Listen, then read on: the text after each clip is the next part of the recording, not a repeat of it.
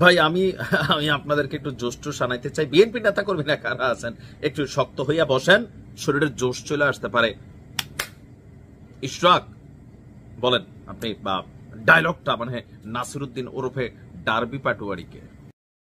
নাসিরউদ্দিন পাটোয়ারি নামের এক বেয়াদব একটা বদমাইশ ছেলে, সে তার মুখের কোনো লাগাম নাই, সে যা ইচ্ছা তাই বলে যাচ্ছে, সে শুরু থেকেই সে কথা বলে যাচ্ছে আমাদের নেতা সম্পর্কেও বারবার সে বিরূপ। আর বসে থাকা যায় না ভাইয়েরা, এই নাসিরউদ্দিন পাটোয়ারির মতো যাকে ইউনিভার্সিটিতে বলে ছাত্র আছে ডার্বি নাসির বলে চিনি, আমি জানি না কেন, এই ডার্বি নাসিরকে হুঁশিয়ারি দিতে চাই, মুখ সামলে কথা বলেন, তা না হলে আপনাদেরকে রাজনৈতিকভাবে ঘেরাও দিয়ে আপনাদের রাজনীতি ইতি আমরা সেখানে ফেলে দেব।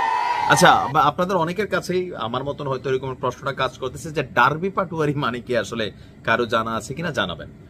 এখন ইশরাক এই যে ভাষায় নাসিরউদ্দিন পাটোয়ারিকে কথা বলছে, খুব বেশি কি অন্যায় করছে? না, এটা ইশরাকের অন্যায় আমার কাছে ফিল হয় নাই। কেন হয় নাই? কারণ নাসিরউদ্দিন পাটোয়ারি এই এনসিপির মধ্যে একটা ভিন্ন কালচারের তৈরি করছে।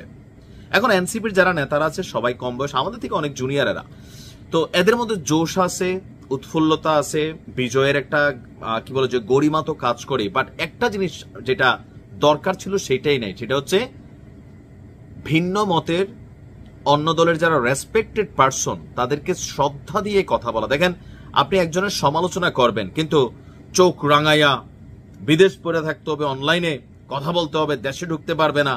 তারপর শহীদ প্রেসিডেন্ট জিয়াউর রহমানকে নিয়ে একবার একটা বক্তব্য, এই যে বাবা 3 দিন হয়েছে না, জুম্মায় 8 দিন মানে রাজনীতির মাঠে আইসা, তো এই ধরনের কথাগুলো বললে হয় কি মার্কেট পাওয়া যায়। যেমন ধরেন যারা বিএনপিকে অপছন্দ করে, তো নাসিরউদ্দিন পাটোয়ারির এমন ডায়লগে তারা কিন্তু মজা পায়। ইভেন গণমাধ্যমে বড় হইয়া হেডলাইন হয়, নিউজ হয়। যেমন আজকের নিউজটাই ধরেন, ইশরাক নাসিরউদ্দিন রে, আমি জানি না এটা যমুনা টেলিভিশন থেকে কানেক্টেড, এটা নিশ্চয়ই এআই প্রযুক্তির তৈরি হওয়া কোনো ফেক নিউজ না। বেয়াদব যে বললেন যে ভাষায়, এটা দরকার ছিল। কারণ নাসিরউদ্দিন পাটোয়ারিরা মনে করতেছে বিএনপি সহ অন্যান্য দলগুলো যারা আছে এরা সবাই ভদ্র, এখন এদের মেইন টার্গেট হচ্ছে বিএনপি। তো সেই ক্ষেত্রে এখান থেকে কোনো ধরনের রিয়েকশন আছে না, ফেব্রুয়ারিতে নির্বাচন হবে না, মানে এদের ভাষা প্রয়োগে মনে যারা বাংলাদেশের এই মুহূর্তে মালিক হয়ে গেছে, এরা 10 জন মিলা পুরো বাংলাদেশে জুলাই অভ্যুত্থান ঘটাই দিছে, আর বাকি যারা আছে ধৈঞ্চা। বাবা, তুমি রাজনীতি করতে আসছো, তুমি রাজনীতিতে আসলে প্রথম যে জিনিসটা এই দেশের সংস্কৃতিতে নাই সেটা আমরা এনসিপির কাছে প্রত্যাশা করি। আমরা আওয়ামী লীগের সময় দেখছি যে কিভাবে বিএনপিকে কোন ভাষায় আক্রমণ করা হয়। বিএনপির নেতা কর্মীদের মধ্যে এই কালচার এখনো আছে। এখানে ভিন্নতারা কই থেকে আসবে?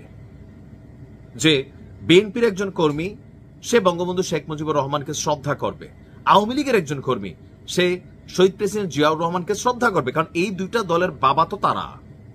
এখন আপনি এই দুইটা দলের প্রধানকে নিয়ে কথা বইলা আপনি ভাববেন আপনারা শ্রদ্ধা করবে, এটা তো সম্ভব না।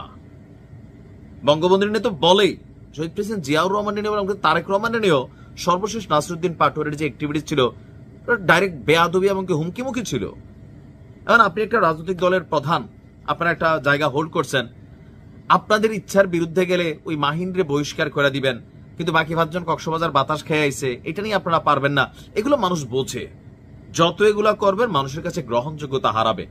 আর বাকি হলো ইশরাক হোসেন। বিএনপির মধ্যে উঠতি বয়সের যে ইয়াং জেনারেশন কানেক্টেড, এর মধ্যে কিন্তু ইশরাক হোসেন একটা টপ ক্যারেক্টার। টাকা পয়সা, ধন সম্পত্তির, জনপ্রিয়তা, কোনো কিছুর কিন্তু অভাব নাই। আর এই ইশরাকের সাথেই আসিফের বা এই এনসিপির ভিতরে বাহিরে যারা আছেন সরকারের, এরা প্রত্যেকেই কিন্তু একটা কি বলা যায় পাঙ্গা কিন্তু ইশরাকের সাথে নিয়ে রাখছে। তা আমার মনে হয় যে নাসিরউদ্দিন পাটোয়ারিদের ভাষা প্রয়োগে সৌন্দর্য আসা উচিত। মানুষ ওই সেফুদার কিন্তু ভক্ত আছে, বুঝছেন, একটা লেভেলের, গণহারে না। আপনি রাজনীতি করবেন, আপনি জননেতা হবেন, জনগণের পালসটা বুঝতে হবে। ভালো থাকুন।